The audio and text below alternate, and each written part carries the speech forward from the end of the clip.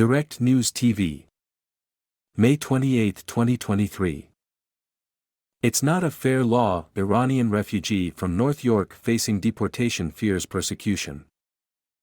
Feminist film producer Mashida Hangarani Farahani came to Canada from Iran to study almost 20 years ago.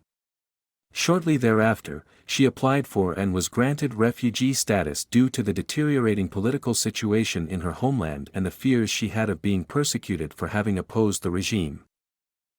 Now, after almost 2 decades of living peacefully in Canada, the longtime North York resident is unexpectedly facing deportation back to Iran, where her films are banned and a warrant is out for her arrest, says her immigration lawyer Hannah Marku. Her deportation may not be imminent. Canada has paused removal orders to Iran as that country is experiencing a humanitarian crisis, but the threat hangs over her just the same. "I'm definitely on the government's radar. I'm fully expecting that, once I return I will be arrested and who knows what could happen next," Farahani told CP24.com during an interview late last week. "In Iran, when you go behind bars you don't know what will happen the next day, and nobody is responsible. Humans have no value for the Iranian government. People get killed there easily." Farahani attended and spoke at rallies in downtown Toronto opposing Iran's human rights abuses last summer. She said that she's worried that the potential danger she could face if returned to Iran could be used as leverage to force her filmmaker mother, Manijeh, and sister, Pegah, an actor, who both fled the country in 2020, to return and face persecution themselves. "We are frightened that just by her sheer family association that Mashid will be a target, that she'll be sent to prison and there's nothing that the Canadian government can do for her," her lawyer Marku said. Travels to Iran could be at center of deportation. Farahani's lawyers have suggested that the issues she is now facing with her status in Canada have to do with her travels back to Iran over the last 2 decades.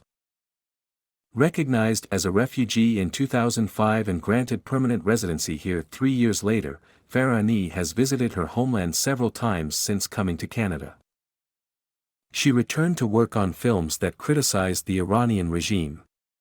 She went to Iran on other occasions to take care of her ailing mom and support her sister through her legal challenges, which included time spent in the notorious Evin prison.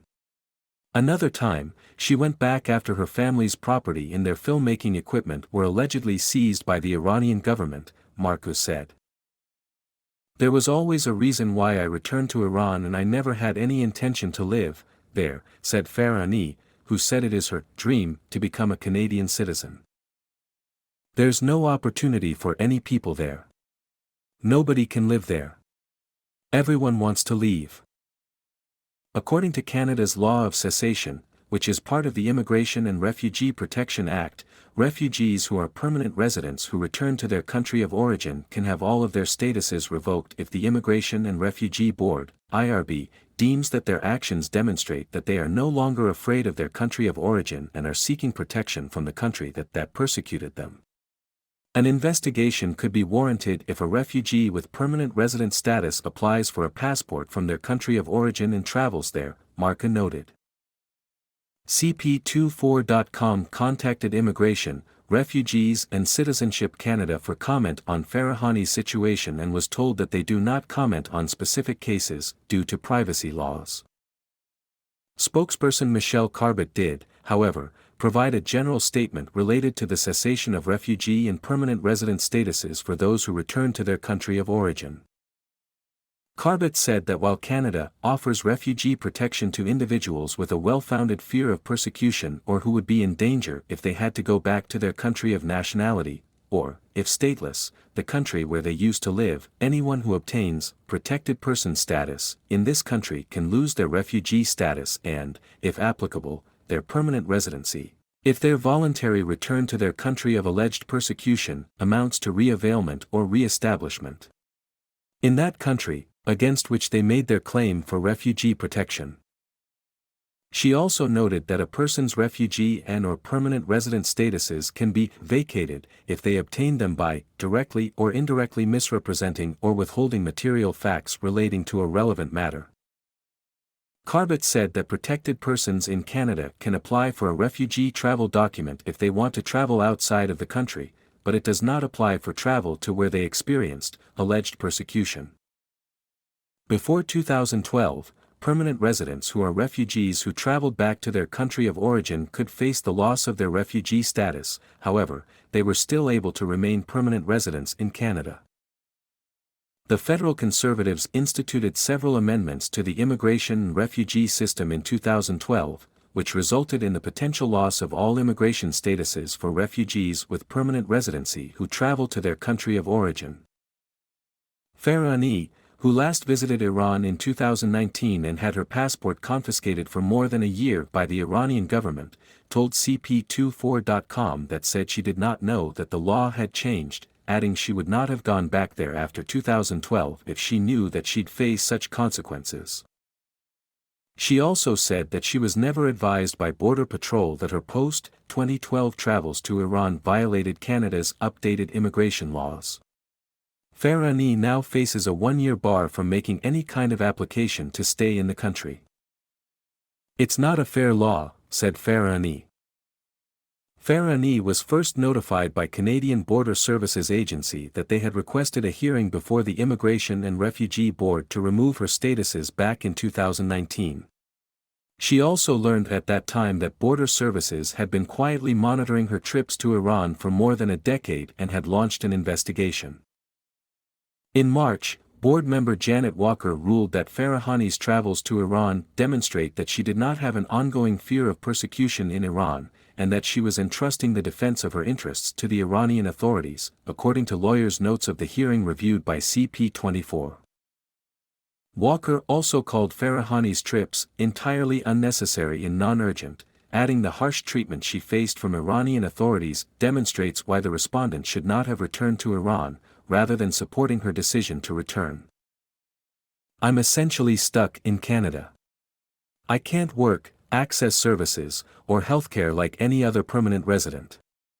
My life is in limbo," said Farah Ani, who has completed her studies to become an immigration consultant, but is unable to apply for certification as her Canadian immigration status has been ceased.